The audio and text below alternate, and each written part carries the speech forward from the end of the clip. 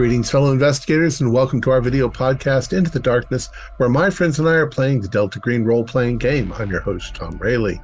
The scenario is Writhe. It was written by Dr. Lex Hurley, who is also our handler. And this is episode 1.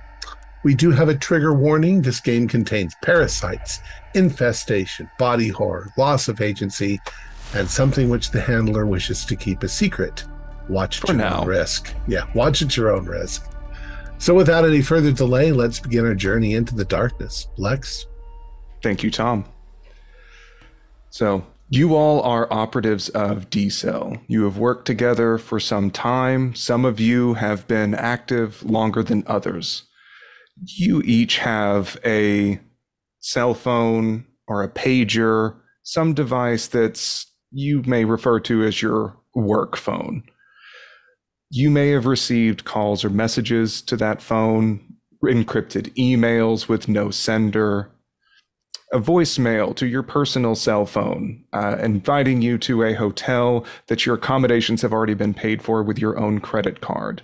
Regardless, all of you have been invited to what seems like, at least on paper, a hotel out in Baltimore, Maryland.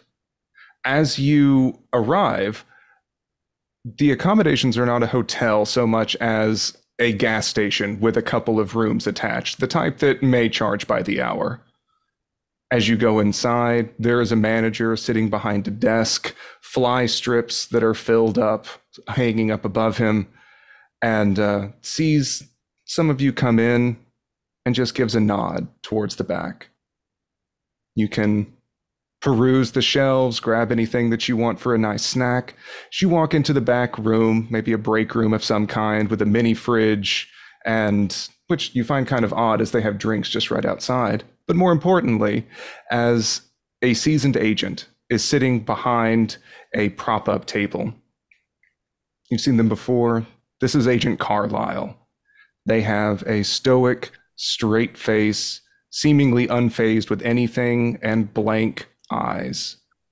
As each of you comes in, they nod and gesture to one of the many fold-out chairs and begin unwrapping a gas station burger in front of them. Duty? Deception? Where are the rest of your boys at?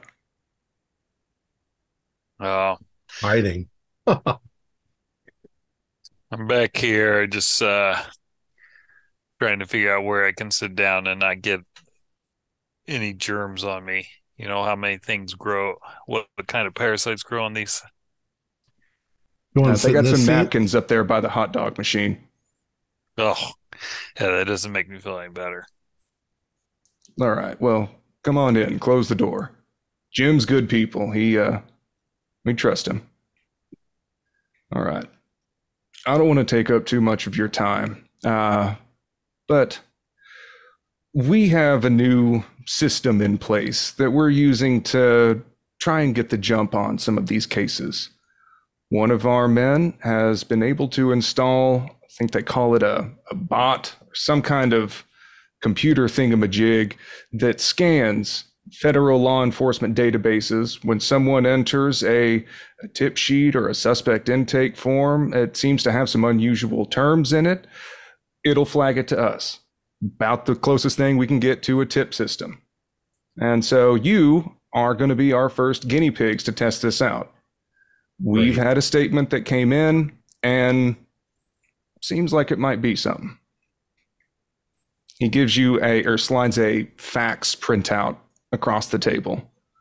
And it is a statement sheet for a suspect intake from New Haven, Connecticut, and reads, Timothy Hodges, male, 34, white, admits guilt to setting fire to his apartment with a woman, 26, female, unknown, inside on the bed. Though he firmly states that she was dead before he started the fire, with the following testimonial, quote, after sex, suspect reports victim in stomach pain.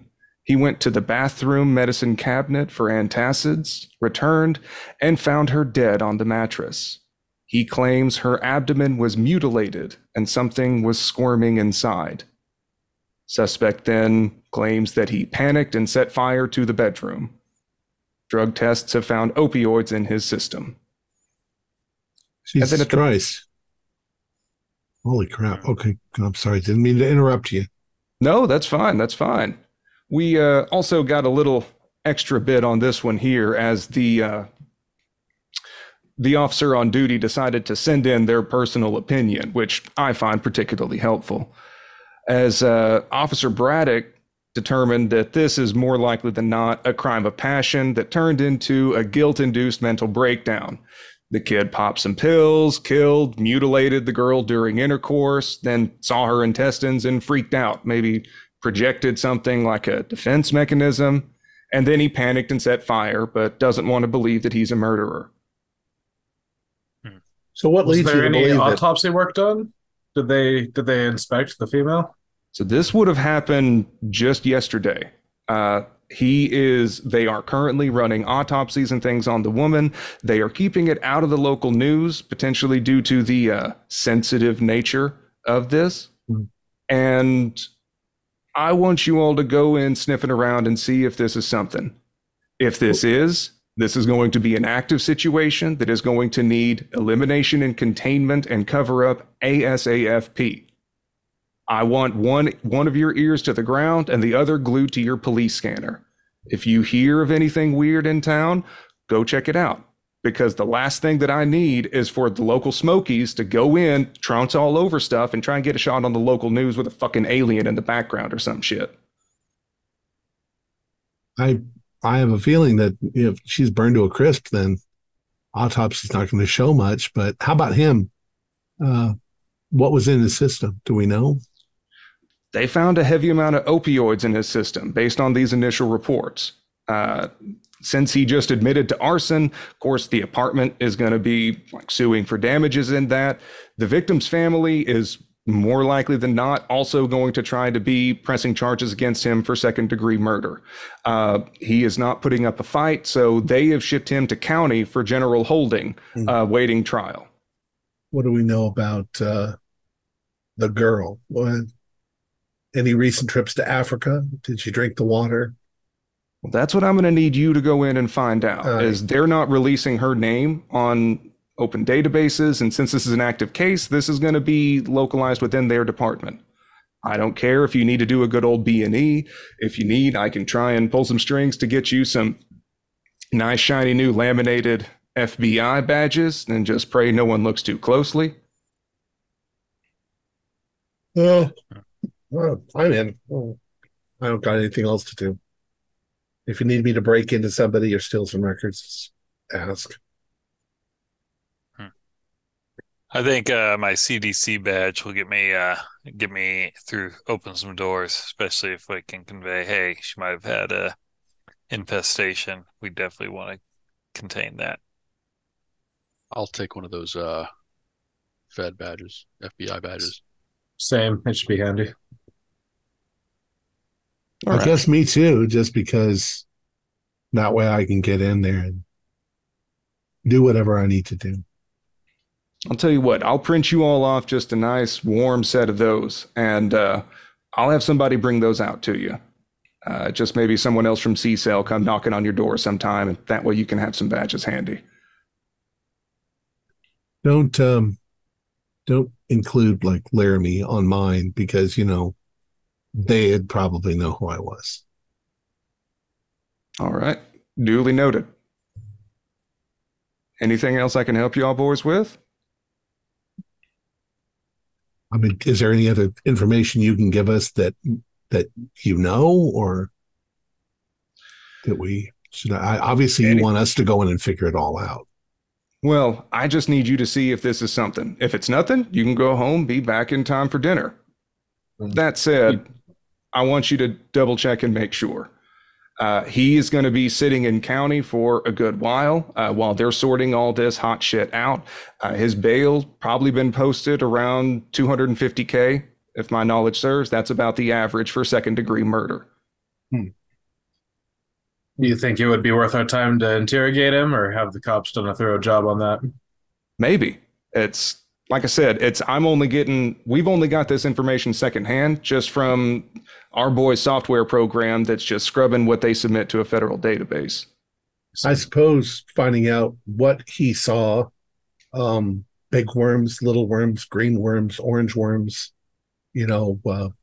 fly larvae, or big old witchetty grubs. Well, if we're taking him seriously, we have to deal with the risk that he might be infected. Oh, sure. He said he had a stomach ache. He had a stomach ache. Oh boy. No, he reports that she said that she had a stomach ache. That's what I. That's and he what I went thought into you the said. bathroom. Yeah. She had a stomach ache because he went into cleanup after he'd had sex with her. Yeah. It's a classic Nightwalker disappearance, I reckon. I wouldn't argue much with the officer's razor there, but I suppose because of the contact, there's a possibility that he infected her with something like, in the way of a venereal disease that we've never heard of that transfers worms or. Yeah. These guys that pick up these streetwalkers, they are really fast moving though, because if they went from bathroom to infected, or maybe she was already infected. She was probably already infected, and he risks that one of those things crawled up his urethra. Good God. While you're all having this conversation, he has unwrapped the gas station burger and put approximately half a bottle of Tabasco sauce just on it, drenching this bun. You mentioned a worm crawling up his urethra. He just takes a bite, completely flat-faced and unfazed. I bet there's some damn stuff you've seen. Maybe. Well, while we're there questioning him, we can get a list of his previous partners. Mm-hmm. You do that, Sean. All right, let's go. Sean. No sense in, keeping you any longer. Let's go. All right. Good luck, boys. Call me if you need anything. So we got to drive out to New Haven, Connecticut. Mm-hmm. We'll have to set up a headquarters, say at the local La Quinta Inn or whatever's there, Holiday Inn. Take your pick. Any of you have a loyalty card you can get some points for? I got a loyalty card. All right. You can book I can't use my loyalty card because then they'll know who I am. Damn. I just won't worry about that. But do we want to bunk up together or do we want to each get our own rooms? I'm not going to pay for everything. This place is cheap enough. I'll take my own room. Yeah. All right. My own. I'll make a phone call. Well, you guys decide what you want to do. Okay. Which is what I'll do. Yeah. Do we have any kind of electronic? Like, can I look it up on my iPhone and do it? For what? To make reservations at the... Oh, of course. No problem at all. Okay. Yeah, you can do that just online. All right. Well, sometimes because of our nature, we don't take any identification of any kind into the field. So don't want to trace anything back to... That's why it's so handy to get all those Amex cards and any kind of name that you can think of. Mm-hmm. All right. So I've done that. Okay. Where to first? I'd like to go look at the burned body. Same. Yeah. I think that's what interests me the most. Would the morgue or the autopsy area be connected to the police station itself? Or Possibly if they picked up the body. Yeah. It would be an adjacent building. Yeah. Okay. Mm-hmm. Yeah. I want to go speak to the police straight away. All right. Yeah.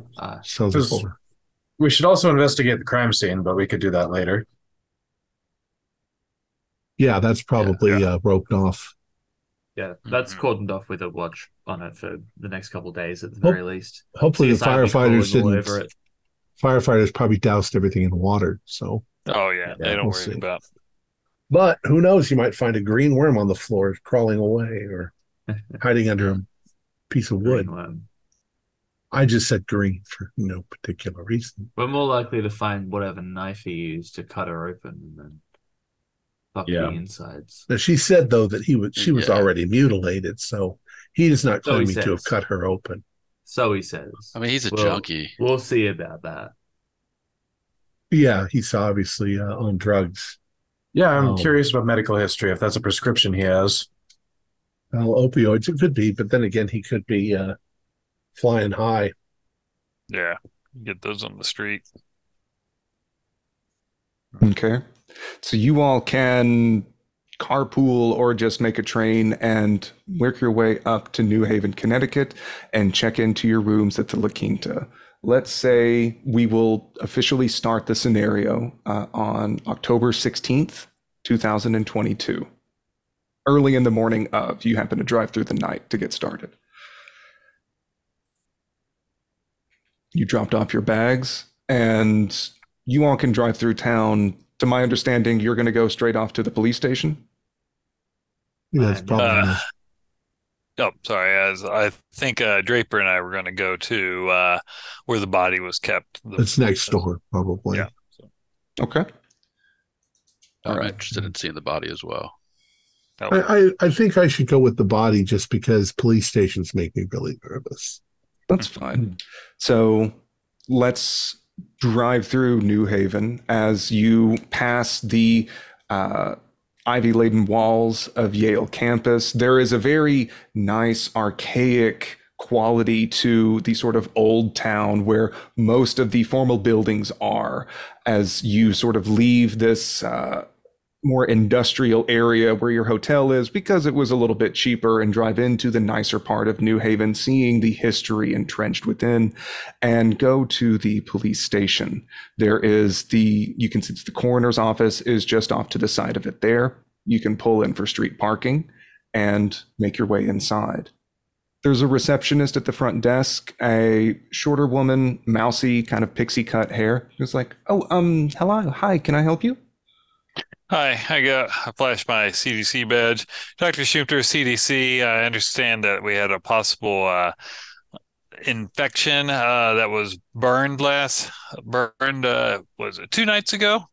And the body is still held here? Are you telling me there could be some kind of contagion with it? They just said that it was a murder victim. Well, we can never be too careful. If we haven't learned anything from the COVID epidemic, we need to strike quick to stop it. Yeah, of course. Sorry, no one told me that you were coming by, much less like a whole team. Can you... Bureaucrats, they forget to call sometimes. Right. Yeah, cool. Sure. Can you just sign in real quick? That way, No problem. Awesome. And yeah, you can kind of maybe guess that she just may be some undergraduate help. And you can sign in and make your way towards the back. Mm-hmm. They have the coroner's office with the wall of stainless steel cabinets and a couple of examination tables. You can guess which table might hold your victim, as there are a couple of deceased bodies that have that light blue sort of blanket draped over them, and then one that has a plastic tarp sort of draped over the top of it that is sitting in a bulky pile on top of the far examination table at the end of the room. Nice. So you all can... Oh, go ahead. Yeah, I was going to say, I can take a quick look around, see if the coroner is around. Yes, I think that the coroner, if not in the room, you probably would have passed them in the hallway, just asking and going through the same conversation again. It's like, so didn't know this was an infection situation.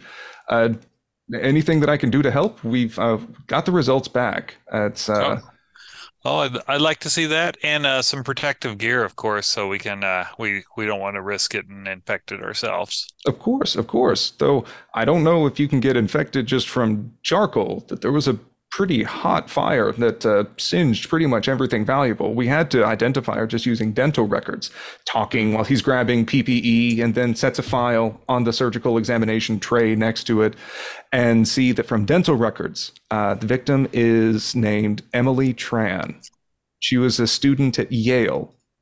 approximately 22 years old, Vietnamese female.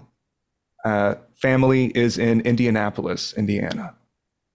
Well, I don't want the doctor to overly concern you. We think it's a parasitic infection. So we're looking for, even if it's burnt up, some evidence of a parasite or parasites. This is just following up that the alleged murderer said that he saw something, and most likely he was just hyped up on opioids. So it's probably nothing, but we have to check just to make sure. Could be some horrible, African Janquin disease, or who knows? Of course, infection.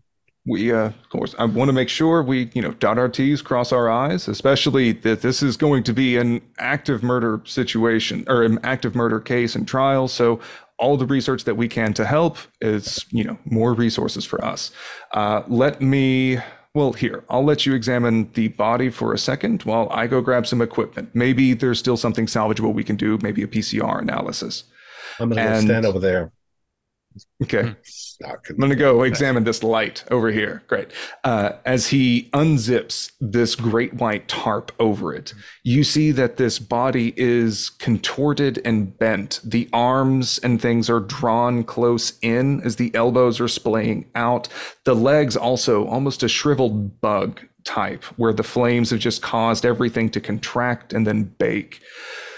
You do notice that while some of the bones are perhaps broken or dislodged from damage at the fire, there appears to be a very clear separation and fracturing among her lower rib cage. As you can sort of lean in and look, and it seems like there was clear separation before the fire started. The marrow and areas inside the bone have also been torched and blackened inside. Pretty hot flame. Yeah. But you think Drapery, you've probably dealt more with traumatic injuries than I have. Yeah, with the little medical knowledge I have, does it look like wounds that would be inflicted from somebody slashing at her belly in any way? So you can examine the ends of the ribs. If someone is going to be slashing at the abdomen, there's a good chance that, there's damage to the ends of the ribs. And while everything is sort of a charred French fry at this point, you don't see any obvious scoring on the ends, the terminal ends of the rib cage itself. What you notice on your examination is that it's more towards the base of the ribs. As you might see this if you have a sternum cracker. So that's where you would cut the cartilage on this side of the sternum and then prise it open to access the heart or other organs and things like that. And that's where you have fracturing towards her spine. Yeah, so no evidence of knives like crossing the bone. This might be a long shot, but can I tell if they are broken inward or outward? I feel like that might be some evidence. They seem to be broken outward. Yeah, so I'm definitely going to draw attention to that and say, if someone else did this to her, they had to reach in and pull. Something inside tried to get out, like in that Alien movie. Yeah, that's pretty messed up. Do you find any little insect carcasses? That shrug is exactly in character as well. As from the other side of the room, Deception is asking, so do you see any stuff in there? And everything, guts, man. Yeah, it is just black char on top. You would have better luck examining tissue if you scraped it off of your grill. Everything is just reduced down to bare bones and a mass of tissue. At this point, the coroner has come back and is trying to get some samples, maybe examining from inside some of the gaps of the spinal cord, seeing if there's any usable tissue that he can try and run some DNA tests or do a PCR reaction. Right. So there is still someone unfamiliar in the room, but he's attempting to be helpful and try and run this for you. Right. So, Doc, I'm I'm just sort of speculating, but I know that, okay, I used to throw bugs into the barbecue once we were done. Um, if they were grubs of some sort, they're mostly fat. I don't think that they would survive the flames. In fact, they'd feed the flames. So if there were worms, they were consumed. Yeah, we're Yeah. talking worms breaking bones. These are like anaconda maggots. Yeah, I don't know what pressure it would take to do something like that, but Well, Yeah. pressure. Yeah. Uh, Hmm. I was told that poor girl was murdered during sex. That, I mean, do you think that someone just in some sort of a rage would slash and rip and pull? I mean, you've seen what these drug addicts can do. That's women lift up cars to save their children. It's when there's no sort of feedback that's we're capable of terrible feats of strength. it's true with PCP especially. Mhm. Did you find any remnants of PCP that stick in the? Well, you haven't done the test yet. Well, the police handled just the normal talk screen for the suspect. Let's see. And so I may not be supposed to show you this, but if it's relevant to the case, if you say that there's some sort of infection, then here, and hands you the talk screen report for Tim Hodges. And you just see very high levels of opioids in his system when the observation was taken, as well as trace elements of Wellbutrin and Lexapro, or the chemical names for them, but you can recognize as typical antidepressants. Mhm.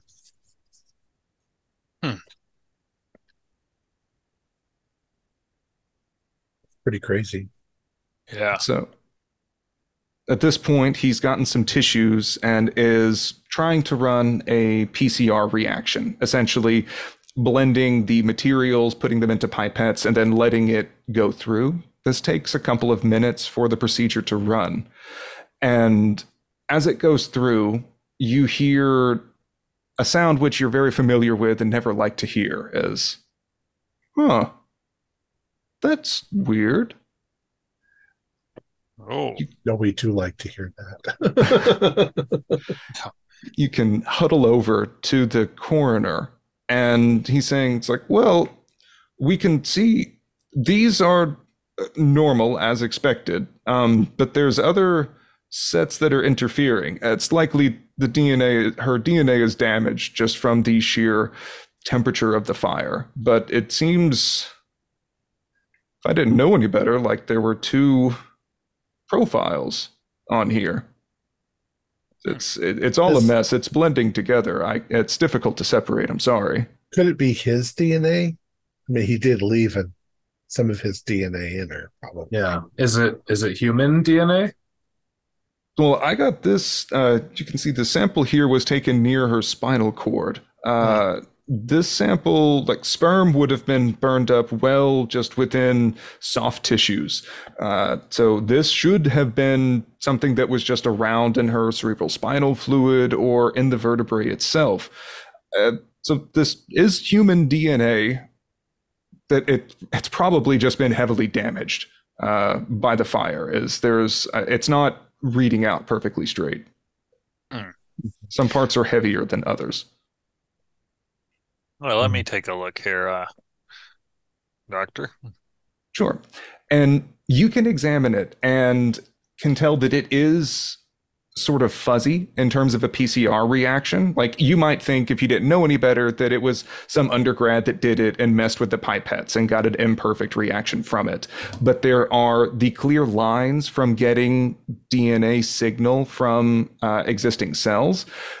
But there's additional bleed through on some DNA columns relative to others. So it looks like there might be two sets of DNA in this system. One of them is not as long as a human's DNA.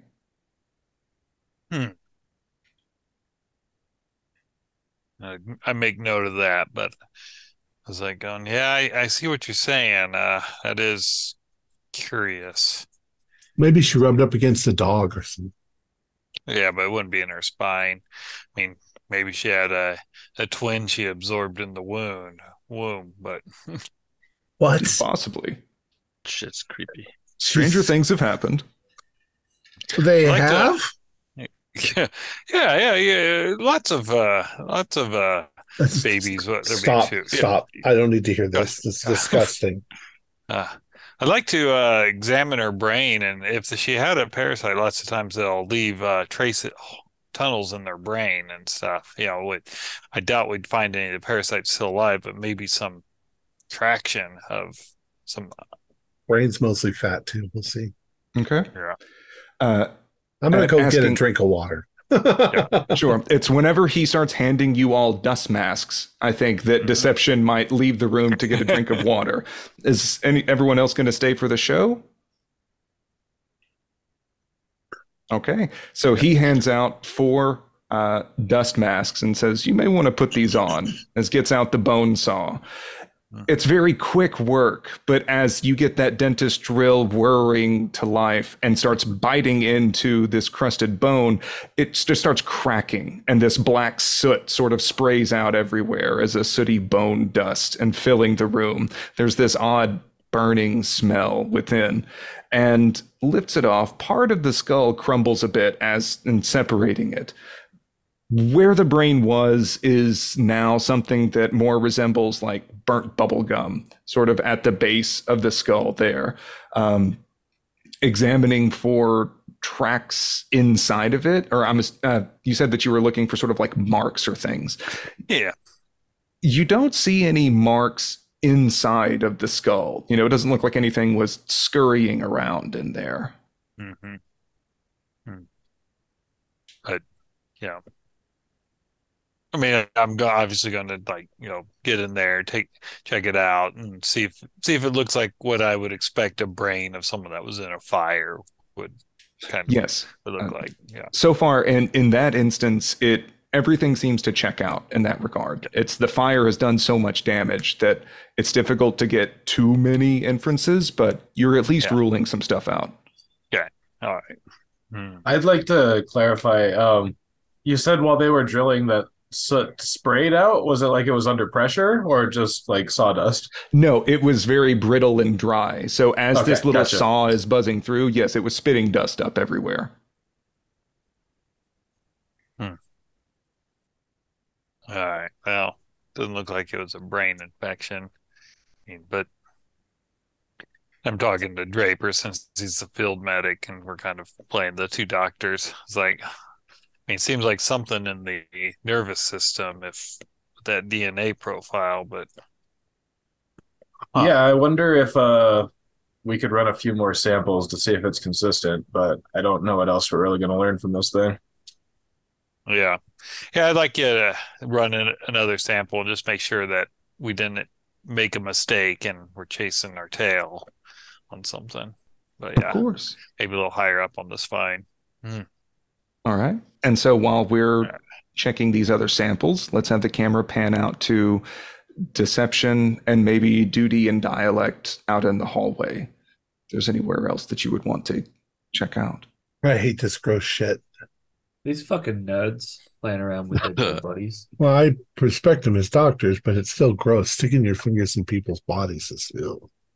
I just don't see what they're going to learn from this. Well, they might learn, they see, remember Silence of the Lambs, maybe they'll find a butterfly in her. Yeah, she's roasted. Maybe. Yeah, you can still find a roasted butterfly. Tell you what, let's go flash badges at the cop shop. We'll talk our way into seeing Mr. Braddock and see what he has to say on the matter. Okay, I got to be careful around cops, remember. I'm not too good with Hopefully authority. There's nobody that's seen me before.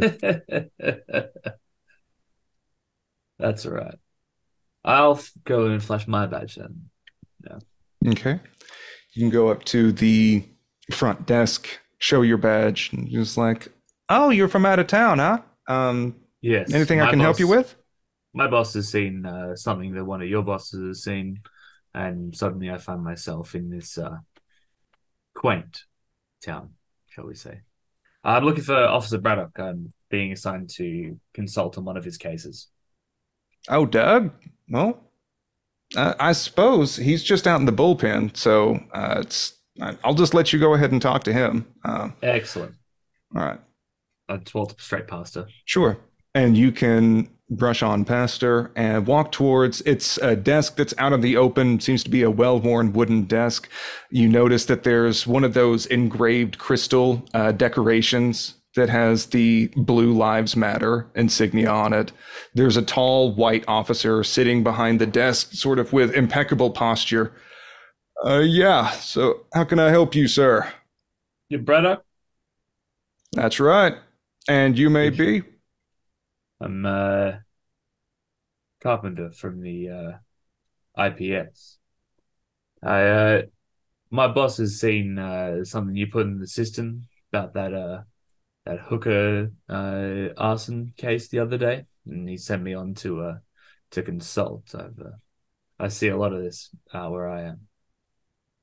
Oh, the hooker arson case. No. She wasn't a hooker. Poor guy nabbed a student and Sure. cut her up. Fucking psycho druggies. I'll tell you what.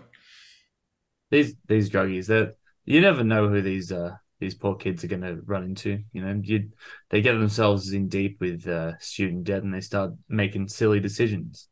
But yeah, I'm here to consult. Where's your man? Is he in county? Yeah, we sent him out over to county. He didn't fight too much on the arson charges, but seems to be kind of the weak, spineless type. You know what I mean? He didn't ever want to own up that he took that poor girl's life. And so we're going to have to build a case against him. Not much building involved. Yeah. These junkies, man. Do you do a tox on him? Yeah. He asked for an STD test, and we ran a talk screen while we were at it. He said he was worried he might have picked up something from that damn girl he murdered. And sure.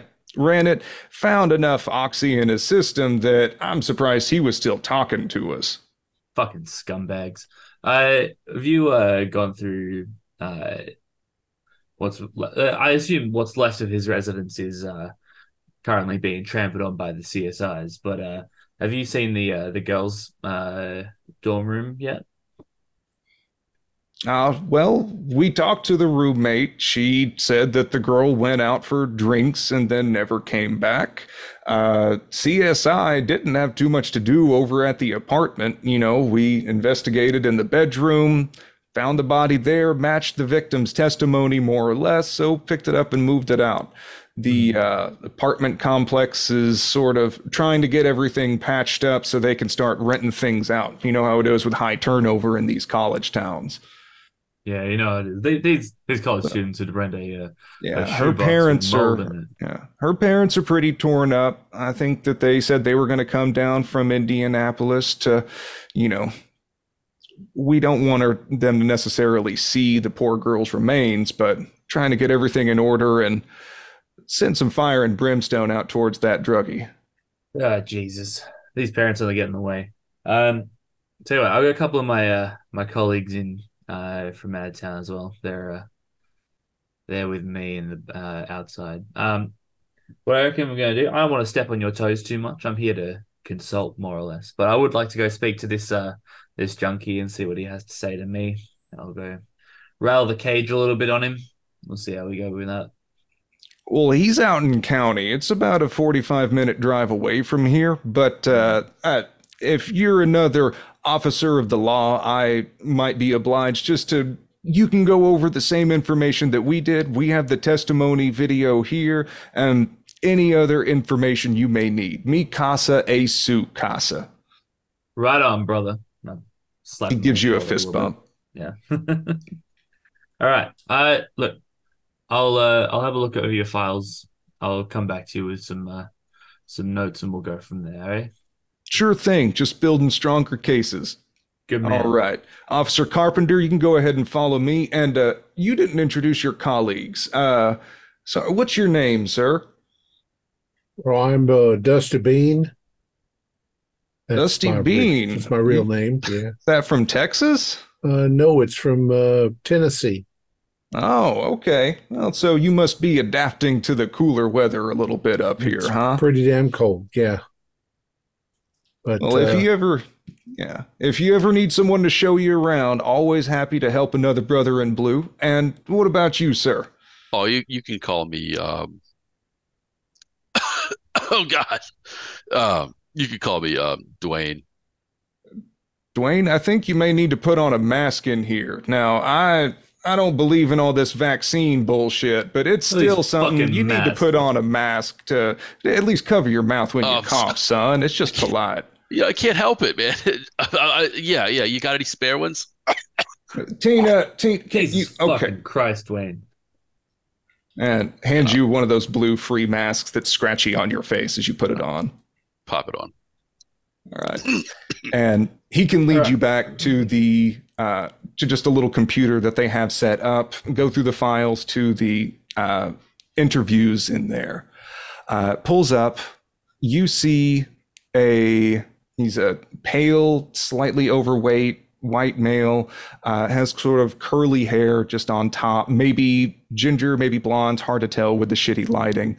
He seems really shell-shocked and just very anxious and kind of out of it. As it starts up, he's drinking from a paper cup of water and sort of gestures to the others. And Hand picks it up. All right, so let's start from the beginning again, just like what you told the officers at the scene. Okay, I don't usually go clubbing or stuff like that, kind of grew out of it. But I got a promotion at work, and so I wanted to cut loose a bit, and I was just gonna go celebrate. I've seen this place True downtown. It always has like undergrads, but hey, eye candy. And I didn't think that I had a shot with any of them, but there was this one girl that she caught my eye. She was maybe like 5 foot tall, had this sort of pixie bob cut hair, wearing this real short black dress, and she was, the way she was dancing, it just really caught my eye, by herself, but didn't ever seem alone or anything. It's hard to explain, it's just something in the way she moved. And so I went over, just asked to dance, and she did. I mean, she was kind of rubbing up on me. It felt nice. I offered to buy her a drink, and she said no and just asked for some water instead. But it was good. I was in a good mood. She asked later if I wanted to go out to my place. I just felt like it was going to be my lucky day. She kept glancing at the doorway, which I thought was weird. Seemed kind of nervous. Maybe didn't want to be alone, just around people. Whatever. So we went back to my apartment. I made a couple of drinks and had sex. And This guy's a fucking perv, man. Nah, dude, going out and having sex. What's the big deal? They degenerates. They pick up vulnerable women. I have no respect for them personally. After the deed, I was laying my head on her shoulder, and that's when things got weird. I felt her move or kind of shift, but her hands were they were sort of crossed over her. I didn't, I thought that was weird, just thought I was drunk. Can I have another water, please? Thank you. We talked for a bit, and then she started saying that she was having like a stomach ache or something, and she started doubling over like it was cramps. And so I went to the bathroom. I was gonna try and find Tums or something, and she was kind of yelling a bit in pain, and then stopped. I was kind of freaked out. The bedroom was still dark, and when I turned around, I heard this sound. It was like someone dropped an egg onto a hot sidewalk. Just this crack. She didn't answer when I called out. I went into the bedroom and turned on the light, and she was split open. She was all over the bed. There was this blood pooling all around her. There was something squirming around inside of her. I don't know what the fuck I saw. I just know it was not right. I took the vodka that I've been making drinks with, fucking dumped it. They were crawling out of her, and so I set that shit on fire. And I just wanted it to go away. Sorry, I was drunk. I don't know what I was doing, but you gotta believe me. I did not kill her. She was dead. That's okay, son. Just go ahead and talk through everything. I must have gone into shock. I don't know what happened next. Next thing I know, I'm watching the fire from out the window outside. Can you do some STD tests or something? Like, I'm kind of scared, man. The video stops. So yeah, that's what we got. Pretty open and shut, if you ask me. Yeah, you got a confession. Just needed him to sign it, and then we're pretty set. I don't know about how all this split open nonsense will go, though. He might try and well, if he actually wises up and gets an attorney, he might try and play for the insanity plea here. But well, he's got a public offense attorney. They're trying to levy insanity on this, just saying he had a mental breakdown or something. Bottom line, the kid was high as a kite even when we were talking to him. Yeah. So maybe if he has a chance to sober up and decides to maybe confront reality, not just say that he cut a girl up and saw her intestines and called them worms. I don't know. I get tired of these little pissant, spineless liberal kids. You and me both, brother. Look, we're gonna go have a meeting. We've got some colleagues out having a look at the poor girl's autopsy. We'll report back with more once we know more. That sounds like a great reason to transition back to the PCR test with Agents Dish and Draper in observation. Mm-hmm. You can go through it. I'm pretty sure both of you have science, biology, like over 50%. So you can tell you've done 2 more tests sampling other areas of the body. One of them was a wash, as there wasn't enough tissue to really get a solid sample from. You did another that was closer to sort of cervical vertebra, as since those bones are deeper, you could get more DNA in there. And you got a cleaner read this time. But there was still some of that bleeding over, like maybe there were extra tissues or things in there. Yeah. Dish, I'm not too familiar with this kind of stuff. Could it be something like cancerous or some kind of mutation? I mean, a mutation possibly, but like. Yeah, I mean, the DNA would still be the same because it's still your cells, it just, this is, so you think it's foreign body inside of her instead of her cells changing? That's what I would suspect. Yeah. If it's her cells changing, then we'd be on a breakthrough of, that hasn't been seen before, changing someone's DNA like this. Because and I look up at the coroner. I'd definitely be careful around this. Who knows?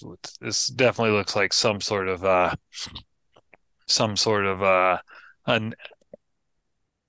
that the body's not used to. Who knows? I'm gonna have to check and see where this poor girl's traveled to, or do some contact tracing with her. For sure. Any help, I don't think a coroner would say for sure, but whatever. Yes, any help that you may need, just let me know. If she's been exposed to something, like this body itself is not a contagion vector, I'll keep it sealed up all the same. Yeah. But if you want to do any just contact tracing, known associates, living area, I hope to God it's not something that's in the cafeteria food or something at the campus. But yes, it's any of our resources that you need, just let me know. I Um, appreciate that. Sure to wash your yeah, what? hands. I'm not sure if Draper would know how or if he would need to ask the mortician, but what would I need to do to get a medical record for Mr. Hodges to see if he actually has any psychiatrists he's talking to get these medications, or if he's just picking them up off the street? I feel like that's something that you could access through his police report. Frankly, that's something that just having another conversation with the doctor, being concerned, like starting contact tracing with her last known contact, you can go ahead and just get that information. While they're watching the video, you can go through it. Hodges has been more or less squeaky clean. He's has had a prescription for Wellbutrin and Lexapro for the past 10 years or so. You can see some slight alterations in there that they sort of fiddled with different sorts of antidepressants and anxiety medication, but then just landed on those two. You're not But yeah, seeing... that's pretty typical for somebody that's going to like therapy or something, and that's a contact that we might need to go after, depending. Yeah. Okay. And so then about by this time, we can have all the agents sort of convalesce, either back in the coroner's office or outside, what have you. Well, we confirmed the test that we had before, which is not great news. How was it? What did you guys find out? You're muted. You are muted. We listened to a tape. Oh, Really? Yeah, guy confesses to setting her on fire on camera. Says she was split open and there was blood everywhere and there was some stuff squirming around in her insides. There was something, though, about his voice. Even if he was on opioids, maybe he took the opioids after. But He did sound scared shitless. I agree. he didn't sound like he was making up lies on the moment, the way perps will do. Yeah. Was it audio or did you see him? It was video. It was video. But it was, from the do you corner know of if the it room. was how long after it happened was he there being interrogated? Because if he reached in and started breaking her ribs out, he'd be drenched up to the elbow in gore. Yeah, they didn't say anything about it. He wasn't gory, was he? No, he didn't have any blood on him. He was wearing a sort of very dirty white button-down shirt that maybe he had gone to the club in, but the sleeves of it and on his hands, there was no blood or staining. He said he went there, picked up a girl. He said that she was coming on to him. Of course, everybody says that, right? I mean, all the girls are coming on to me. I know that. Where did he pick her up at? Well, some club. He got a promotion at work and was out celebrating. Okay, well, I mean, he didn't sound like he was expecting to pick up anybody either. You caught that he said that she wasn't drinking? Yeah, he said she only drank water. Yeah. And then she had stomach, gastrointestinal problems. He went in to get her some water and she started screaming and I guess she popped. Did she ask for water after he slept with her? Yeah, I think so. I mean, and then he asked for water on the... Yeah. Oh, did he? On the tape, he asked for water. Yeah. Oh. I mean, some viruses can cause a excessive thirst. I mean, this girl was 22. I know when I was 22 and at a club, if someone was buying me a drink, I wasn't asking for water. No. Yeah.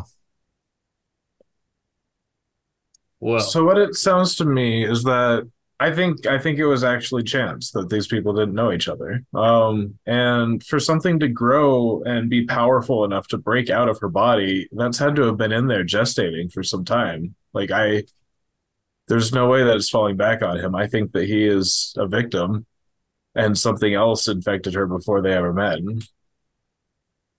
Yeah. We need to look into this girl. We can look at what travel she's done, maybe.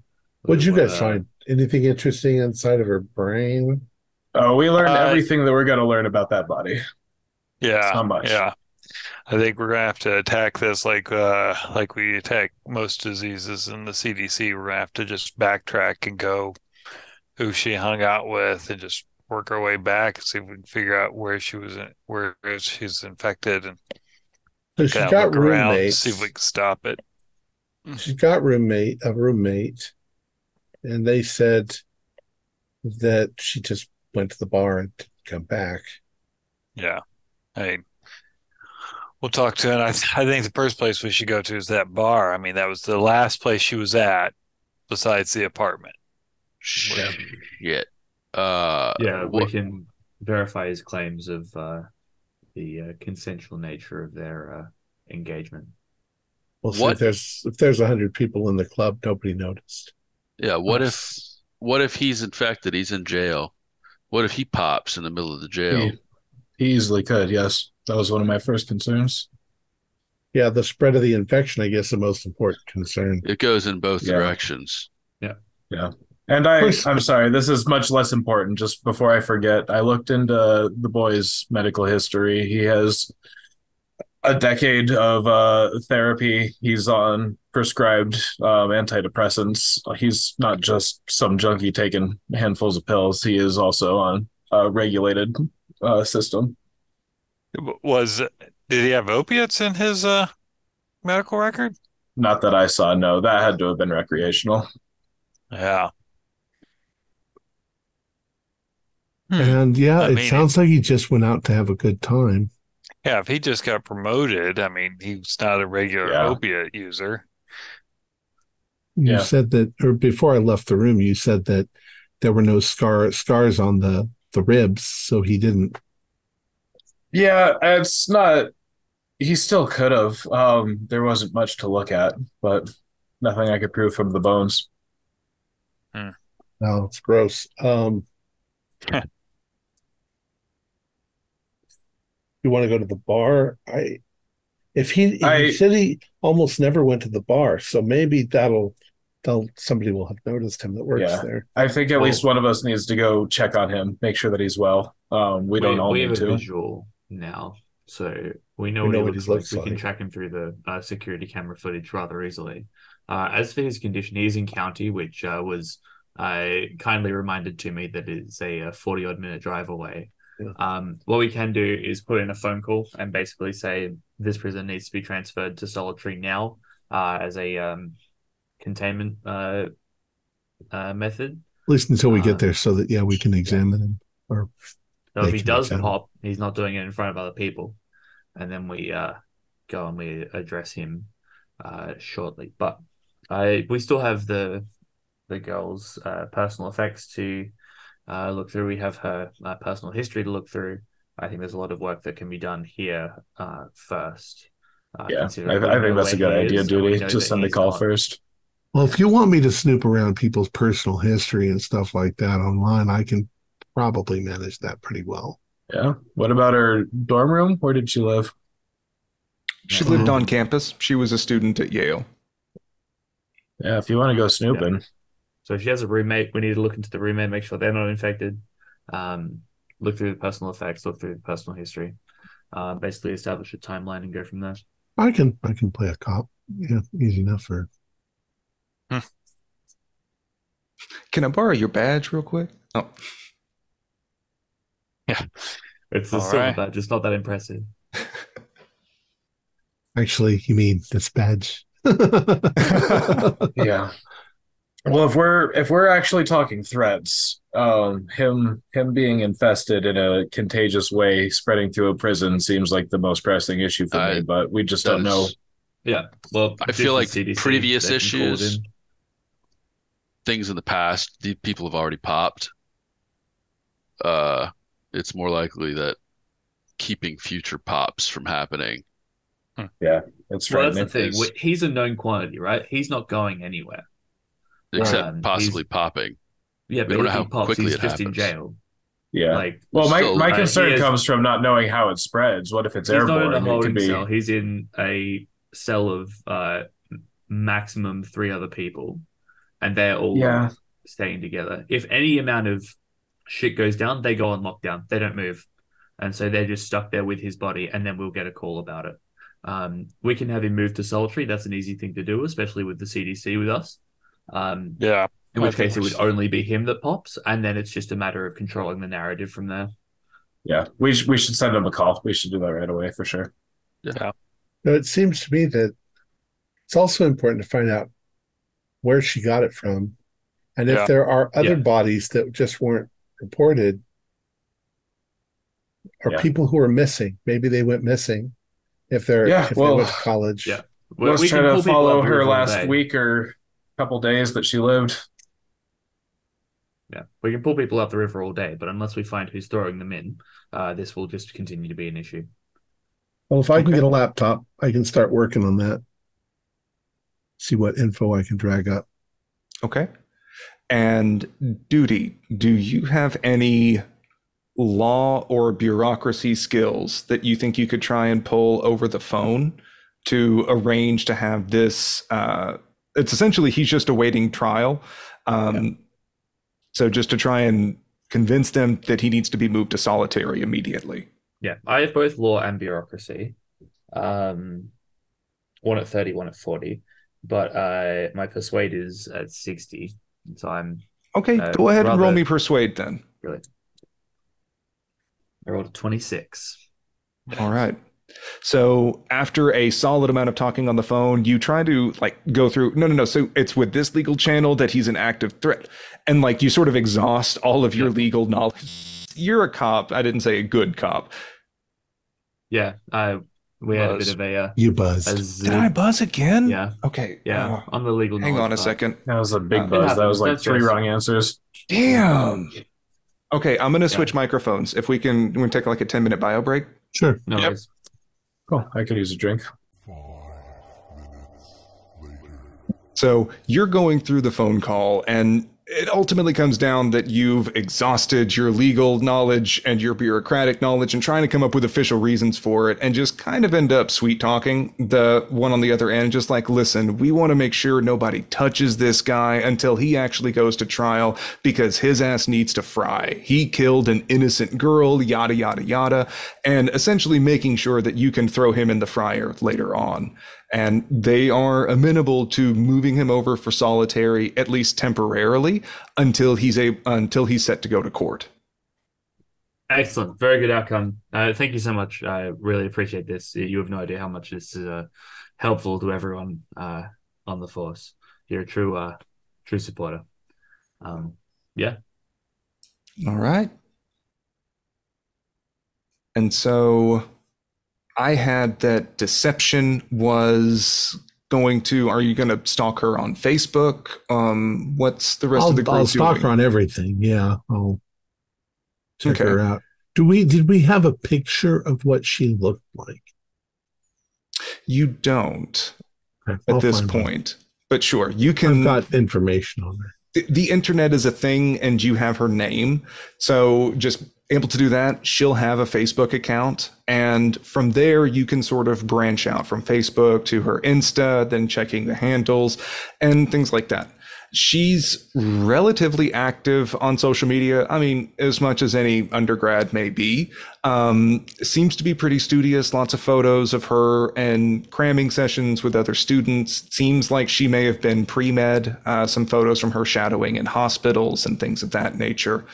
Lots of photos have her and another person seem to be sort of posing or, eating tacos and stuff like that.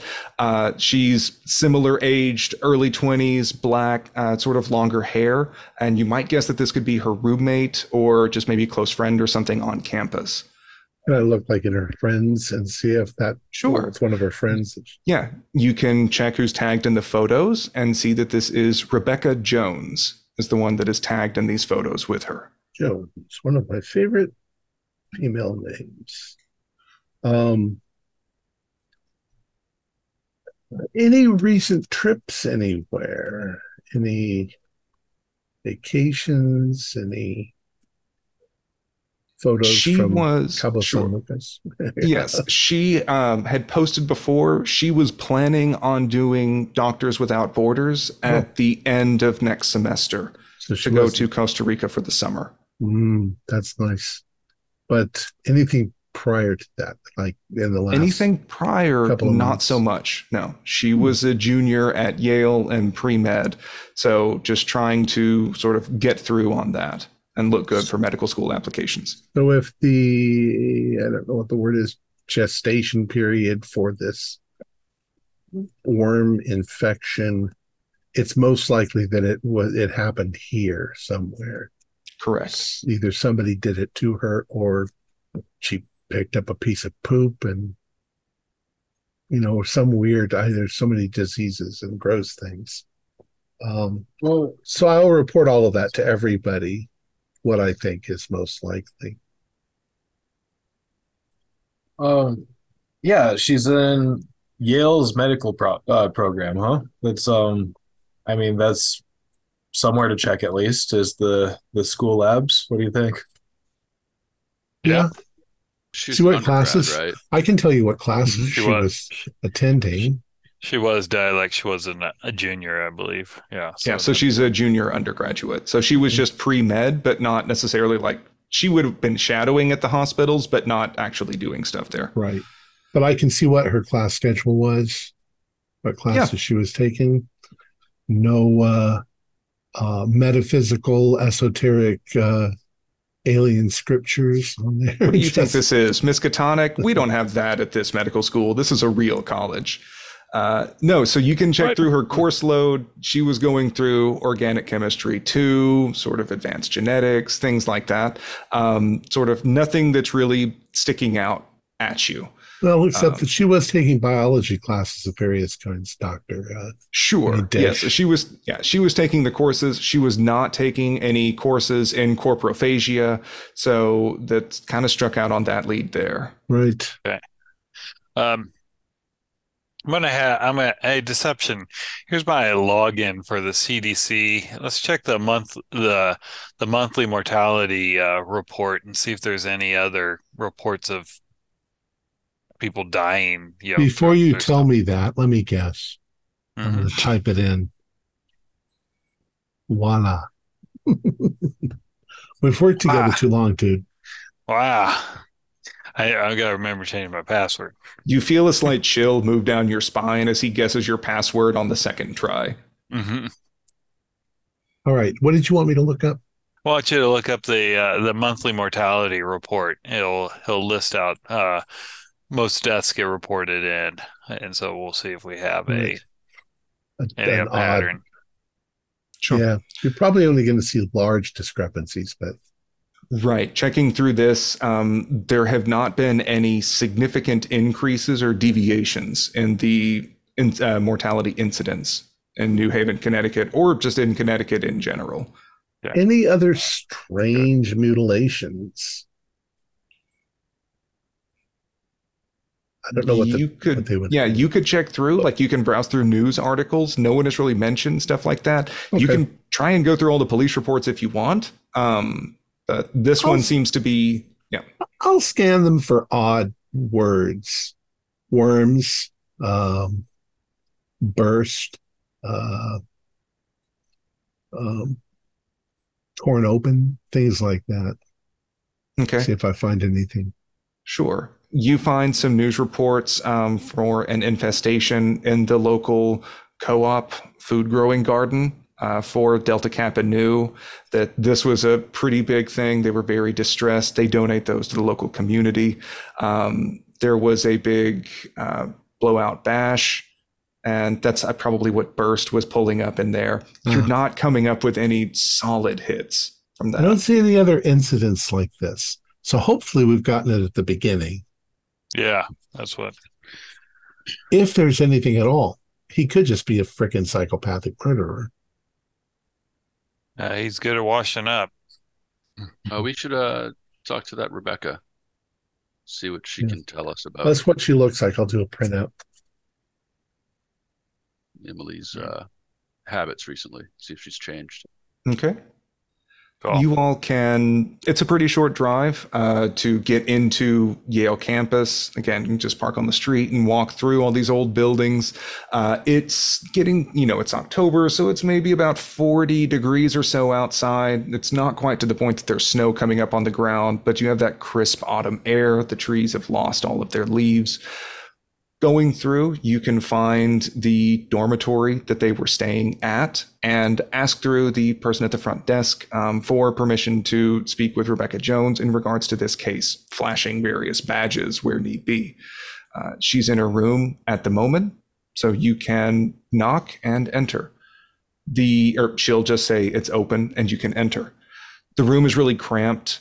There's barely enough room for the 2 twin extra long beds, and then the desk and dressers and everything crammed in tight. A few posters and things dot the walls.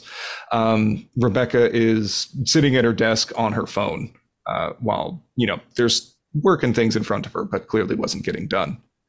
It's like, you're not Tiffany. Who are you? What? Who are you? Dr. Schumter, CDC, and these are some of my associates from the FBI. We're here looking into the passing of your roommate. So you're cops. Great, cool, got it. Same thing that I told them. She went out the other night, and I thought that she was crazy because we have exams coming up, and she just slipped into her LBD and said that she was going out. She'd been acting kind of weird, but yeah, I don't know. Maybe just stress was getting to her. It's stress in finals hits people different ways. How long ago did she start acting weird? Well, I mean, kind of like after she was mugged a week ago. It was, I guess, maybe she just didn't get over it. But like we filed a police report and everything, but nothing ever happened from it. Like, we came here because it's supposed to be a safe town or something. But I don't know. She said that this woman like ran up to her on the street and said that she stabbed her, but like wasn't cut or anything. And so we sent it over to the police, like gave them a description, said that there is some kind of crazy lady out, I don't know, assaulting folks. And I don't know. Nothing came of it. She started just skipping classes and then just went out drinking and apparently hooked up with a fucking murderer or something. Listen, any of you know? Hi, excuse me. Hi, what? So the mugging, do you know where she was going to and from where? Like what street that would be? Yeah, she was heading over to Nico Zero's and said that she saw somebody in the alley back there. So, like, I guess she thought she wanted to be a doctor or something. She went over and tried to ask for help, or like ask and see if they needed help, and said the lady just went up and jumped her. You said she stabbed her. Stabbed her where? Yeah, she said that she stabbed her in her stomach or something.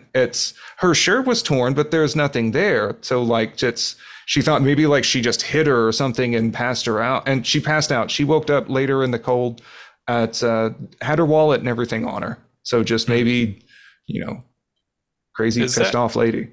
Yeah, is that shirt still here? She kind of looks around the room absently and be like, I guess it's probably in her hamper over there. I don't know. I guess I should just donate her stuff. Her parents should be coming up soon. Yeah, no, don't donate her stuff. I put on some rubber gloves and start going through the hamper. Rebecca, pardon me for a kind of personal issue, but have you been having stomach pains recently, by chance? No. Okay. What does great. that have to do with anything? You know what she was eating before? How was she eating? Was she hungry all the time, or was she very light on what she was eating?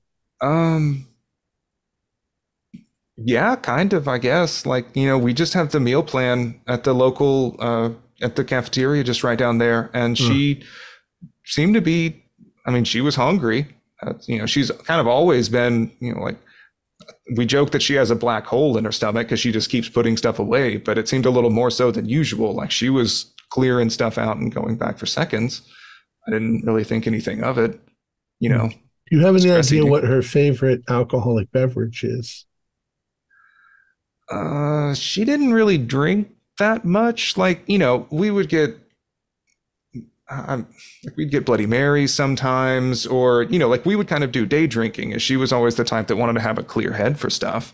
Mhm. But like, she might just get some kind of like, I don't know, a hurricane or something at a club. Have you by chance seen her drink since her mugging? I don't think so. I wasn't keeping super strict tabs on her. Like, you know, it was kind of just life until it's not. Listen, do you know if it's true that if your roommate dies, you just get A's in all of your courses for the semester? I've been trying to figure that out, and no one's getting back to me. I think I've seen that on a comedy TV thing, but It depends on the professor. I'm But sure that you don't want to work your way through Yale on the charity of the school, but Well, no, but also like my folks are just, they want me to go home now. They don't think it's safe up here for me. I can't really do everything remotely. So like, well, I don't know. I don't want to stay in this fucking room anymore. That's for sure. just drop out. I'm sure your course coordinators will give you sympathy. She just stares at Dialect blankly when he says, just drop out. yeah, no. Yeah, I think I have heard that, but she'll need to confirm that with the school. Yeah. I think they have to die in front of you. Well, I have heard that. I think that might be true. Do I Can you find like the write a shirt? note or something? You get said hit you're by the- FBI, right? Can you like, I kind of want to just go home now. Like, do you think you can help me out with that?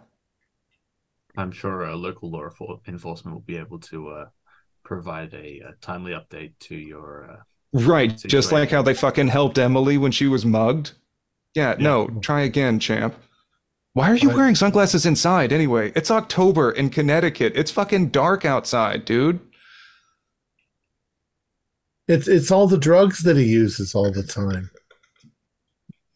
I'm really trying here. No. I really am. Man, it's a matter of my personal security that I wear these sunglasses inside. I understand that you may not like it. I understand that you may not like cops, but the fact of the matter is we're here to protect you. And I understand that sometimes not everybody does the best job that they can, but I assure you that we are doing the best job that we can. So your cooperation and enthusiasm, shall we say, is much appreciated despite your candor. Hmm. Do you know the cop that took the report on the mugging?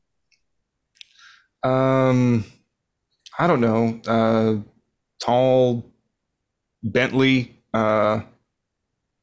drove a Bentley? I don't something with a B. Oh, something with a B. Okay, I got you. I assume you got mean Officer Braddock. Probably. Yeah, Kind of an he is asshole. Tall, white, dick. Yes, Officer Braddock is tall and white. Yes, I will discuss this matter with him shortly. Did she date a lot, or was she more not until after the academia is done? Yeah, no, she already said she wasn't gonna date until after medical school. Like, I'm not, aside from y'all don't really seem like the academic types, but like, pre-med is really intense here. Like, she rather, just didn't ever have time for anything. She was cramming all the time. Well, they continue questioning. I'm going to wander around in a sort of arrogant, glancing at things. But really, I'm looking to see if there's anything that might be connected to the supernatural other than tarot cards. And I don't know. That's what we deal with. So I was just about to say she has some tarot cards, but no, she seems very much on the straight and narrow. Nothing that is causing your Delta Green spidey sense to tingle. okay. But while you are scoping this out, and she is continuing to raise her eyebrow more and more at everything Agent Duty says, Agent Dish is rifling through the laundry hamper, and down towards the bottom you find a gray just Yale t-shirt. You can pull it up. There is maybe a 2-ish inch incision cut at about the middle of the abdomen area.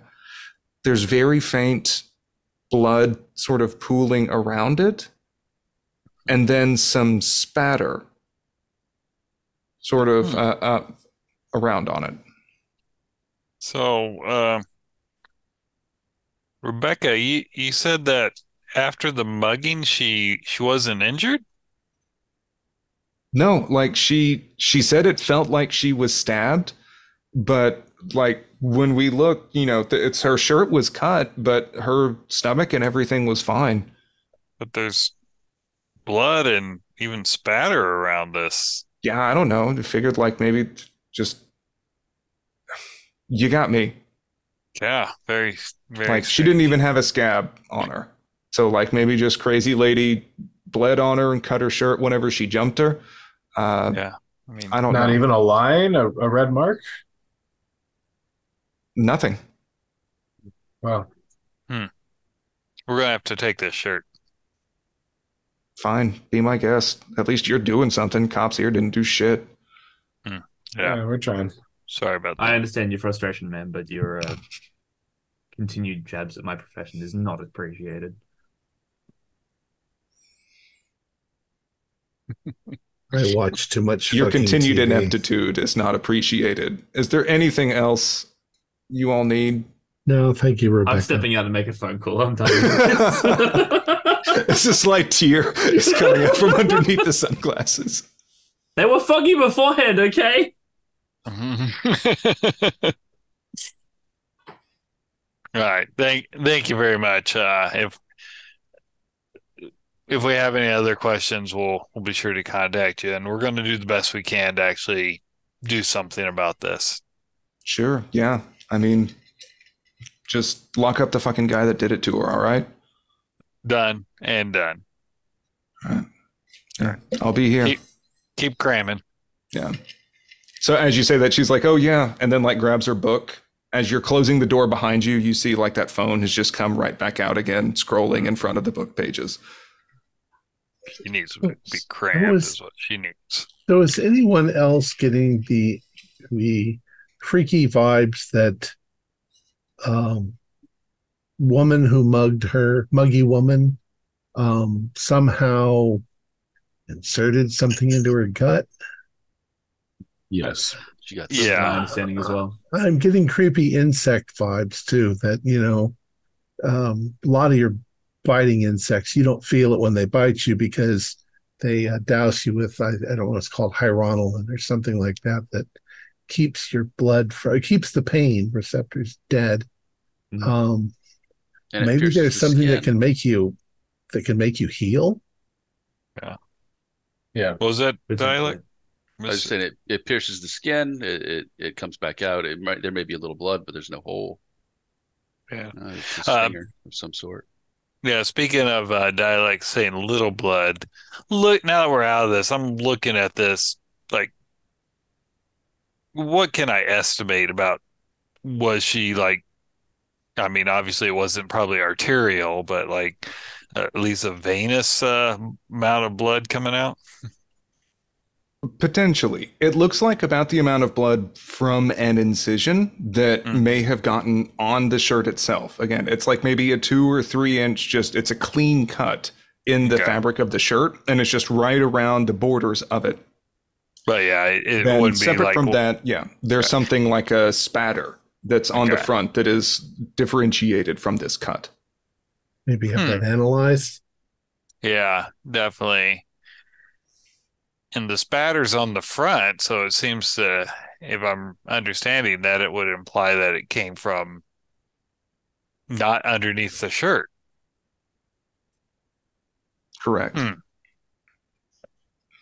This is getting nasty. Yeah. Well, we need to figure out which cop took that report. If they got a sketch for us or any kind of description. I'm already on the phone to Braddock. Awesome. Good waiting job. for him to pick up because this sounds like him. Okay. Yeah, this is Officer Braddock here. Braddock, it's I'll sort of shuffle away from everyone else. It's Carpenter, right? Officer Carpenter. Yes, we've spoken to the roommate. She's told us about some incident that you may have taken a report about to do with the young woman. Alleged assault that occurred on the way to Nico's Euros in the back alleyway there. An assault at Nico's Euros? No, that's my favorite spot in town. That's not really ringing a bell. You said this was the victim. That would the Miss Tran? Yeah, Miss Tran apparently was assaulted at the back alley of Nico's Euros. The roommate was particularly insistent that we look into that as well as the actual murder and arson. Well, you know how it is. A lot of these college kids like to make complaints, especially the little ladies that want to just file things. I may not have been putting my strictest standards on that. Let me dig through my files and see what I can pull up for you. Yeah, sure.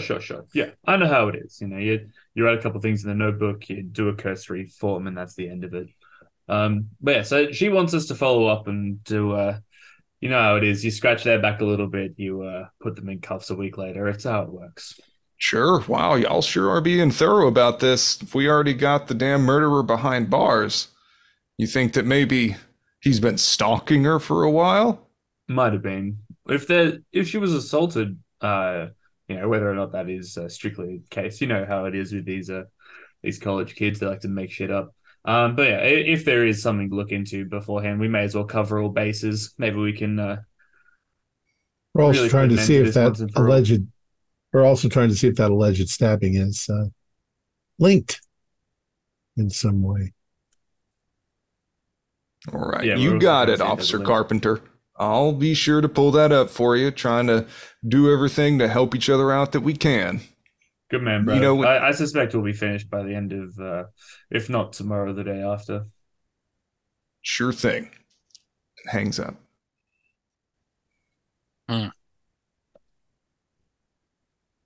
All right, it was Braddock that took the report. He's rustling up the files for us. I expect to have them shortly. As for that, we may as well look into some other leads. We could go investigate Nico's Euros ourselves if we wanted. Simply look around the back alley. Although this alleged assault happened a little while ago, so what evidence may still be there is probably minimal, but you never know. There could be a security camera footage still floating around. I'd go for some Greek salad anyway. I'm hungry. It is about lunchtime. That's a good idea. So hopping over to Nico's Euros for a very thorough lunchtime investigation, you can see that there is an alleyway between the two buildings where they have, dumpsters and keeping out trash receptacles and things. There's not any security cameras around in there because it's not like really connecting into a full alley between all of the buildings. It's just more two adjacent back doors. Hopping inside, there's a relative line from folks, both college kids and salarymen, that are hopping in line just to grab a bite to eat. And the food is awesome. The Euros are completely stuffed full, and you can even get it humped over with feta cheese and olives, everything like that on top. And so it's a very worthwhile lead to follow up on. What time of day is it right now? I'd say it's about maybe 1 p.m., 1:30 or so. I'm going to go out to the alley and see if there's a woman out there. Yeah, I'm not going to let her touch me. Before getting food. I'll cut off her fucking hands if she tries to touch me. Okay. So is this before or after you eat? Before. It's before, just before. Okay. If you want to get stabbed, you don't want to do it on a full stomach. No. I don't want to think about the possibility of that woman being out there while I'm eating. Sure. So I'm kind of clearing my palate, as it were. Yeah. You can step around to the back alley area. There is no woman in red waiting there. It's, yeah, just kind of old, dirty concrete. There's a drain leading down to the sewer where you can see the trails sort of snaking down underneath the dumpsters into this drain there. It's pretty short. Again, like it just sort of, there's a little space between the two buildings and it hits a wall at the back of it. Any indication if somebody had been sitting on the ground, or does it look like homeless people hang out here all the time in the night? Maybe there's a few sort of stray bottles and cans laying around there on the ground, which may have been discarded. You've seen, like most college towns, there's a not insignificant population of people experiencing homelessness. Yeah. It's not as bad as, like, say, Austin, but it's enough that you'll see a few every now and again. This may have been frequented at some point, but nothing it doesn't seem like a big hangout spot. Okay. Well, that makes me feel a little better. But... Sorry, you said that it went to a wall, so it's a dead end? Yes. Okay, so it's like you would pretty much only go to it to get to the Euro shop from the back or something? No, it would be front of the Euro shop, front of the other shop, and then there's a gap between the two buildings. So this is where they keep all the dumpsters and receptacles, so that whenever trash comes by, they just pick that up and then leave. But there isn't like a connecting alley behind the buildings away from the street. Yeah. Okay. Yeah. So not too many places to hide. Nope. She wanted to be found, whoever she was. Well, there was someone waiting if they just jumped out from behind the dumpster. Yeah, she wanted to be. Well, I think she said that she was on the ground, so she thought she was sick or injured. Mm-hmm. So it was an ambush. Still an ambush, yes, correct. Does the storm drain open, or is it just a grate? You can prise it open, yes. Really? Okay. Yeah, deception. Someone could probably fit through this. Is it big enough to climb down? Is there an iron ladder?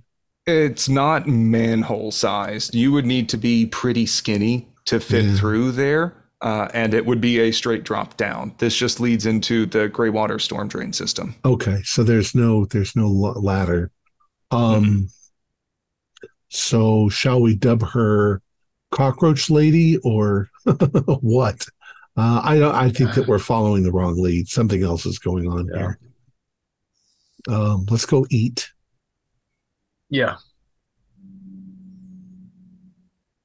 Although when I eat, when I suddenly go to put some tzatziki on, I suddenly get nauseous because it's runny white liquid. And normally that wouldn't make me sick, but all of a sudden it makes me kind of. And as you go inside, you get that nice smell of the roasting meats, but then you see all of the meat rotating on the spit slowly, and you're thinking of it scorching and burning around the exterior. And it's you sort of have to do a little compartmentalization, not think about the bodies or what's inside. I have nightmares tonight. While I'm in the line ordering my Euro, I would like to ask the cashier if they've heard about any other stabbings in the area lately. Sure. He's a friendly guy behind the counter. It's owner operated, so he says, like, stabbings? No, not really. Like, this is, we moved up here to be a pretty safe part of town. It's had a lot of success. There's not a lot of crime up here. It's, we've been really happy. Okay. You didn't hear about the college kid who got mugged out here a couple weeks ago? He looks genuinely shocked. And it's like, no, did someone get hurt nearby? They called the police. Don't worry about it. I just was checking to see if you had heard anything. Sure. No, it's I just keep security cameras at the interior. I don't have enough money just to track the outside. That's police business. Well, she wasn't seriously injured. So. Oh, thank God. I'll keep an eye out. If there's somebody going around like mugging folks outside my business, then I need to know. Okay. Thanks for your information. Tasty. Thank you. This stuff looks delicious. I hope it tastes better than it looks. Yeah. Before I eat, I look at I inspect their health department inspection. Oh yeah, they have passed with flying colors. Okay. And you even see he changes out the gloves between stuff too. You can feel confident and secure. Compared to the gas station, you can relax a bit here. Oh, okay. This meat's served super hot, so you know everything's dead, isn't it? So, Doc, have you ever had to work in fast food? I did when I was going through high school, and yeah. Well, then you know, as he's taking a bite, that a lot of times they bribe the health inspector to give him an A. I know. That's why I always order my food boiling hot. It looks like he's following procedures. Yeah, this is Put this hair part on of the your town. chest. Everyone would be sick if this was a problem. But I heard on the internet the other day that we're eating insects all the time. We just don't know it mostly. Yeah, as long as they aren't alive and growing inside me, I don't really care. Yeah. Yeah, you So remember what that next? nice factoid that we eat on average 4 spiders in our sleep every night? Yeah, I heard that wasn't true. Oh, now I'm talking to the GM. Every night. I heard that wasn't true. Well, that's where it comes from, is on average, but I don't know. True or not, it's always one of those. I don't like that. But I saw this bug scientist, entomologist, who said there's bits and pieces of insects in everything that we eat. The FDA says it's okay. Probably is okay. My dad just always says free protein. Yep.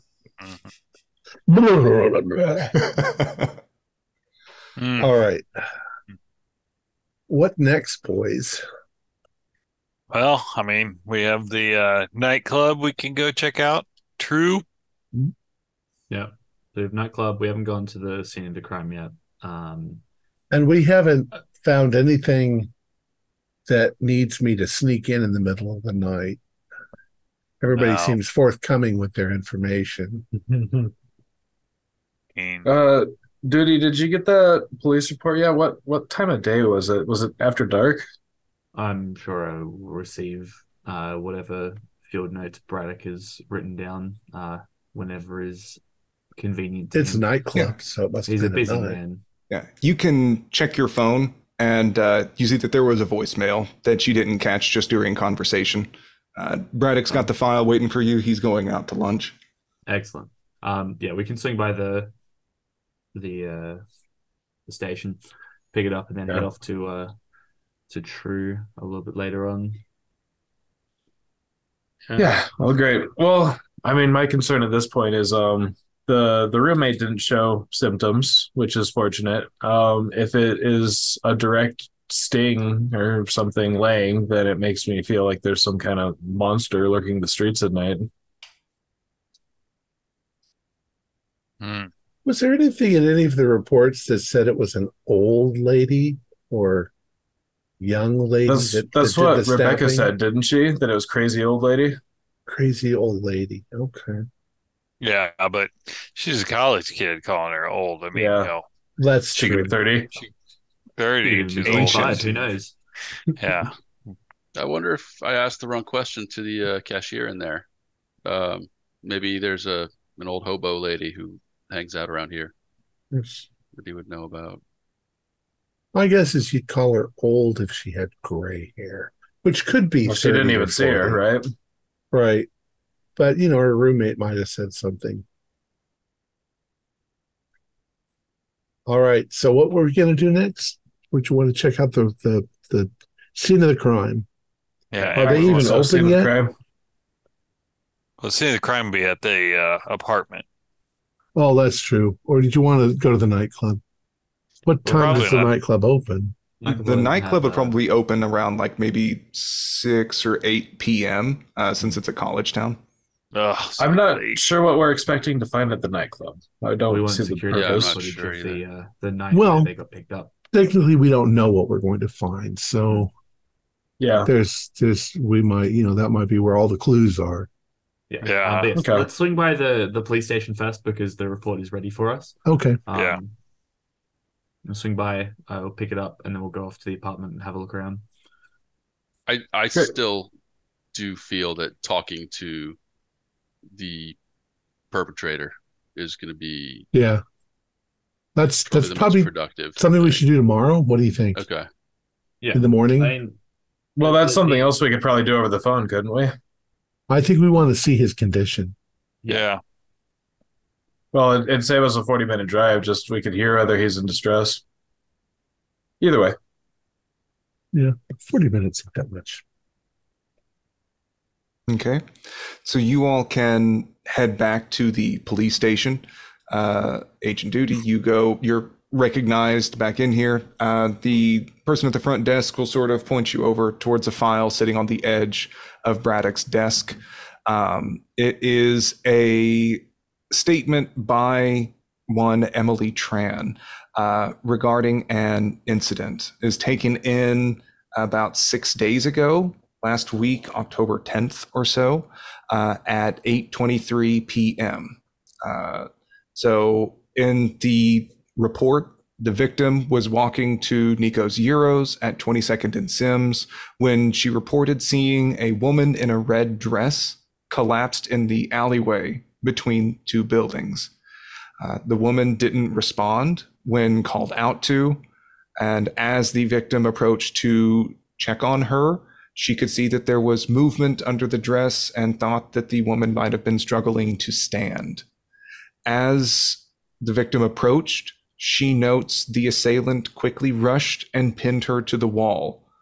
The victim struggled to get away and called out, after which the assailant clamped her hand over the victim's mouth to silence her, noting the hand was very, very cold. Describes that there was a strong, sharp pain in her abdomen, felt like she was stabbed like a knife, and fainted shortly afterwards. The victim woke on the ground a few hours later. She could not exactly remember. This came in afterwards in the statement, but notes that all Wallish, cats, cards, etc. on her person were still there when she woke up. She displayed the hole in her shirt. However, no wound was visible at the site of injury, confirmed via visual inspection. Victim describes the assailant as white, female, possibly mid-40s, very thin, brown hair, bad teeth, wild eyes. And then in a little note that you can see in pencil handwriting to the side is crackhead got a dress. So she passed out directly after she had been stabbed.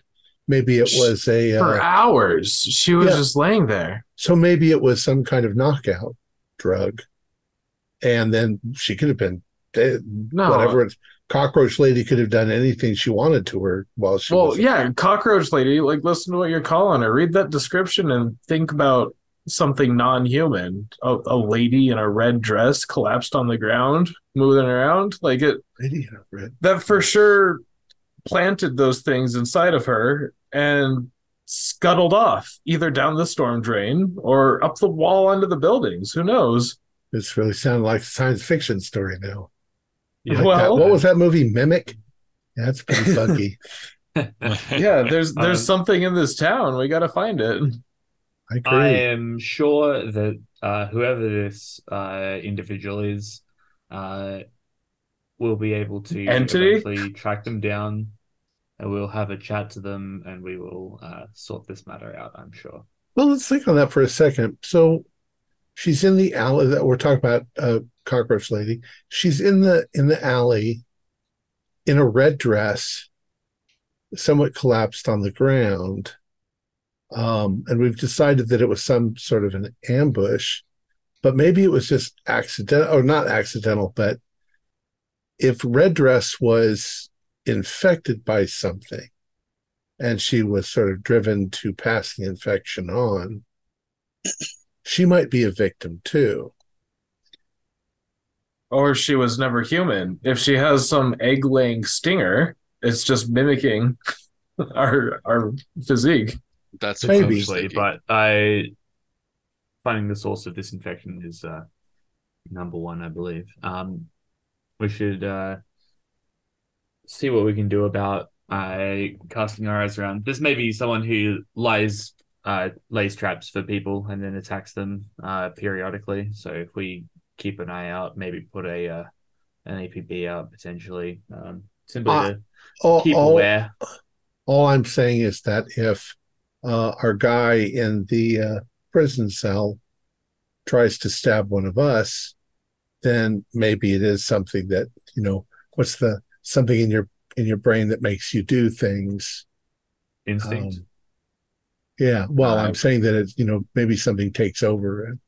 Yeah, because the parasite. Because she wasn't particularly sexual until the night that she went out and had to get there is a change in personality for certain.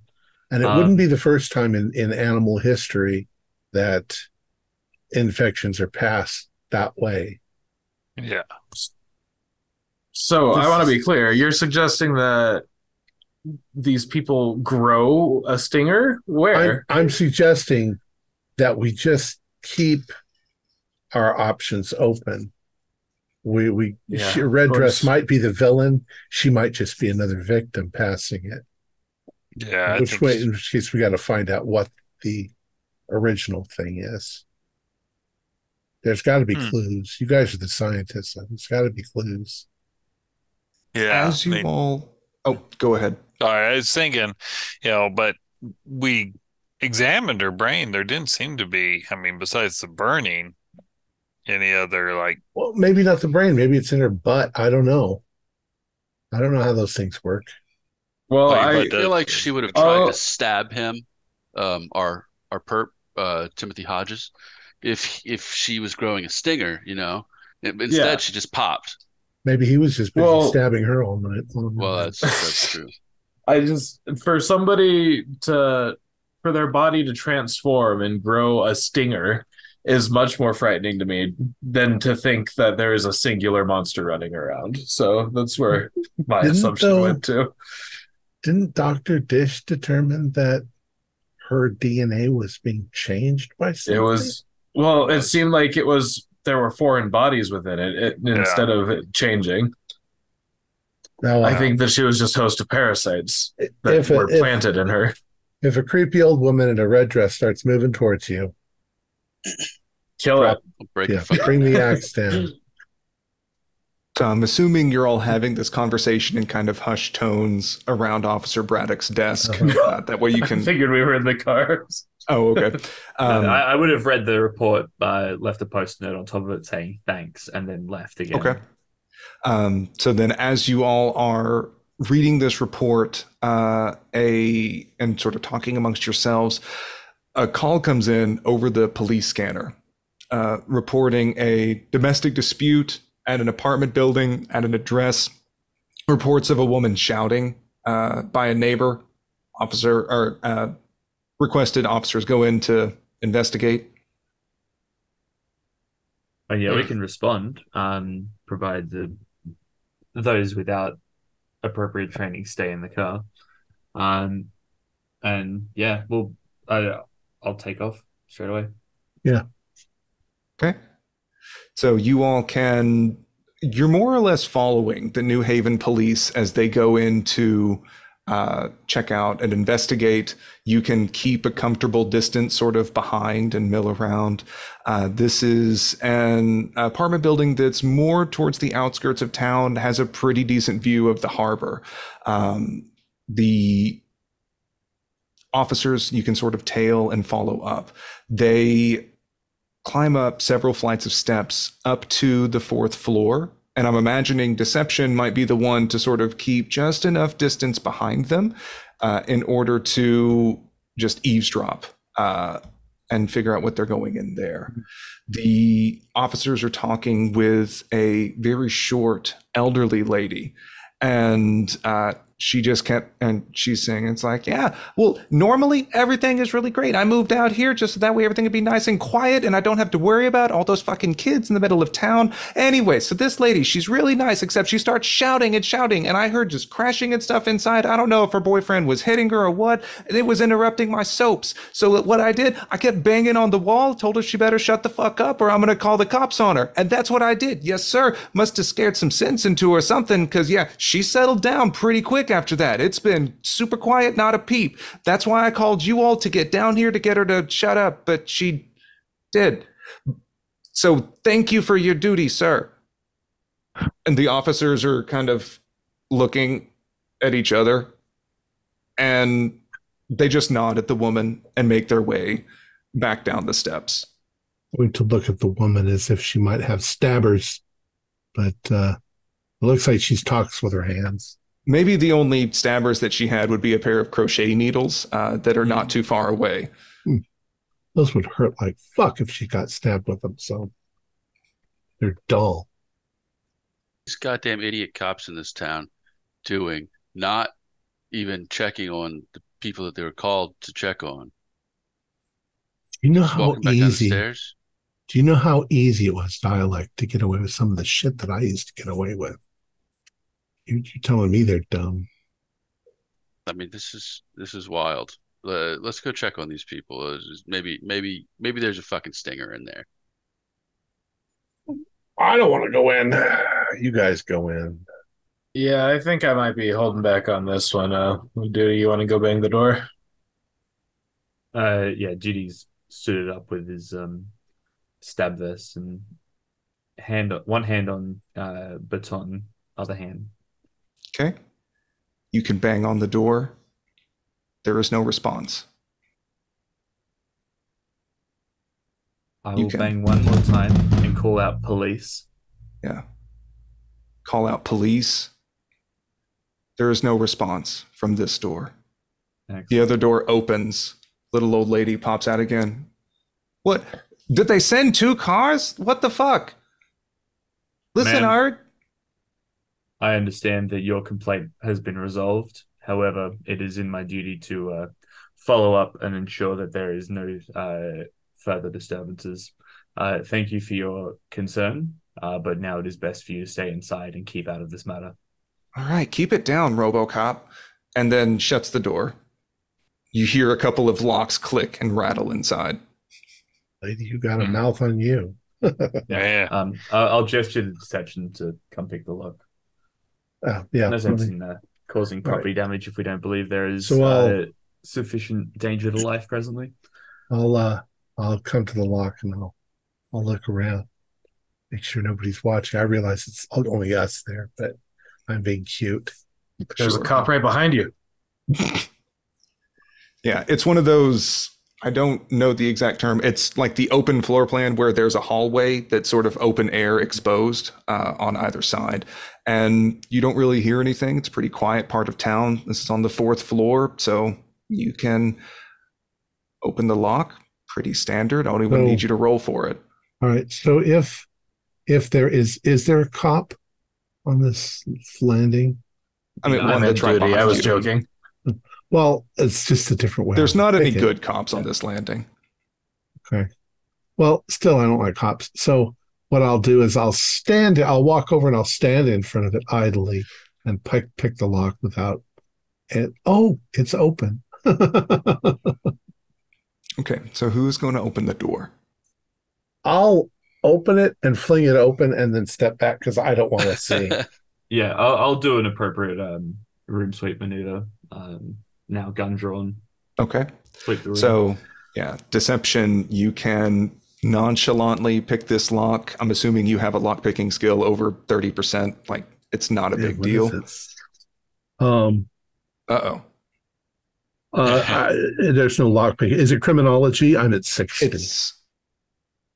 So typically that would be a craft lock picking, but for a criminology of 60, we'll just have that roll over. And sure, you can pick this lock just fine. I didn't know I would put that in craft. So no worries. Yeah.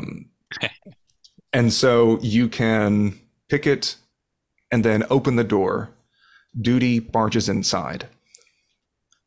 The rest of you, where are you standing in relation to Duty when this happens? I'll be like right off his shoulder to the right. Like I'm about to taken up right behind him. Okay. So in that case, as you go into this room, it's a bright cornucopia of colors from various tapestries and antique furnitures and things, which used to be standing on the walls or on furniture, tossed about on the floor. You see signs of a heavy struggle inside. You see some of the couches and things have been tipped over. Wood splinters are shattered on the floor. But all of this seems to pale in comparison to the disemboweled body sprawled across the floor into the living area, as what seems to be a man is slumped over against the wall, holding a chef's knife in his hand with the blade pointed down, and seeing a vacuous hole in his torso where his intestines have been ripped out and thrown sprawling out in front of him on the floor. And that's where we're going to end it for tonight. Oh boy. Our players included Kaylin McDowell, Chance Wooten, Riley Kruger, Keith Gregg, and myself, with Dr. Lex Hurley as the handler. We have a Discord server where you can chat with other members, you can set up private games, and you can learn the finer arts of gameplay and game mastering. We provide audio-only versions of our shows, free for you to download from Spotify, Podbean, or iTunes. If you'd like to help support our show, please visit our Patreon account. Just $1 to a month helps us a lot. Like, share, and subscribe to our channel, and punch the bell icon for updates on our latest shows. And leave us some comments. We enjoy reading them and answering any questions you might have. This is Thom Raley, together with all the members of our gaming club, inviting you to journey with us once again into the darkness for another adventure into the universe of H.P. Lovecraft and the Delta Green role-playing game. Until next time, good luck, good gaming.